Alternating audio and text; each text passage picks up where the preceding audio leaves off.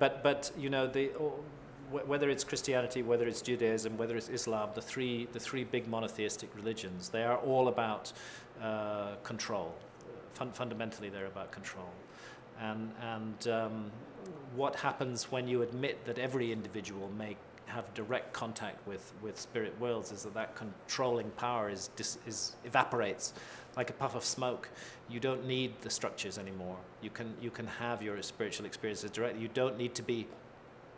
One of the things that always strikes me as very odd about about mainstream religions is whether it's Islam or Christianity or Judaism, is that we receive the information package of that religion from our parents and from our culture. We are told this is how things are, that there's one God, that if you behave in this way, you'll go to heaven. If you behave in this way, you'll go to hell. We're given a whole package of instructions and information, and we're expected just passively to accept that, and tragically, most of us do.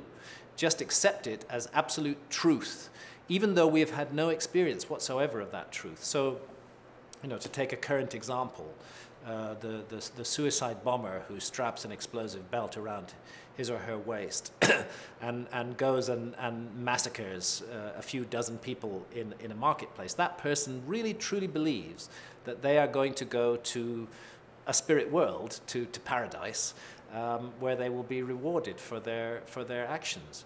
Now, how do they know that that's going to happen? They have no personal experiences that lead them to believe that. They've simply passively accepted it from the previous generation.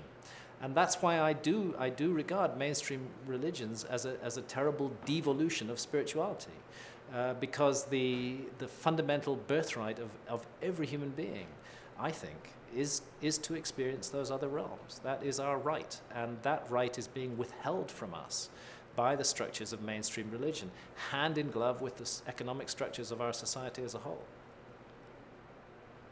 So they're not going to accept it. They're going to fight against it tooth and nail in every possible way.